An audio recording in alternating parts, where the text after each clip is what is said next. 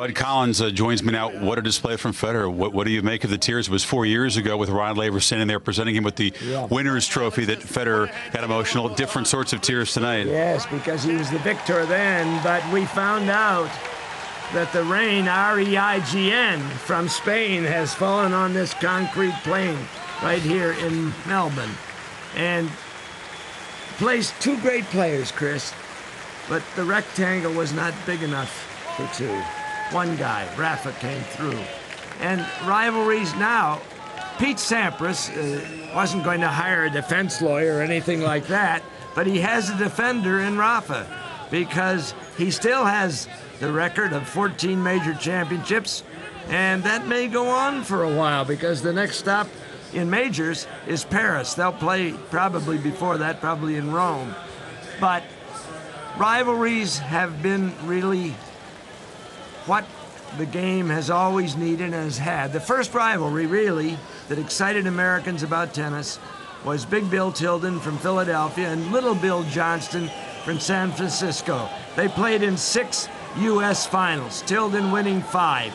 And that really turned on people to tennis at Forest Hills. We've had some wonderful rivalries.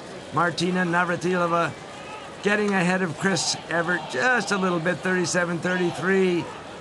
Sampras himself, 20-14 over Agassi.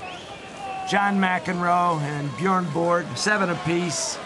And now we have this tremendous rivalry that it's tough on Federer. It's really going to be tough, Chris. You saw him fighting back tears again as they posed for the trophy. This is the Nadal trademark, taking a bite out of another big trophy. The first Spaniard to win this title down under it. But I have to ask you, people have talked about, Federer being the greatest player of all time.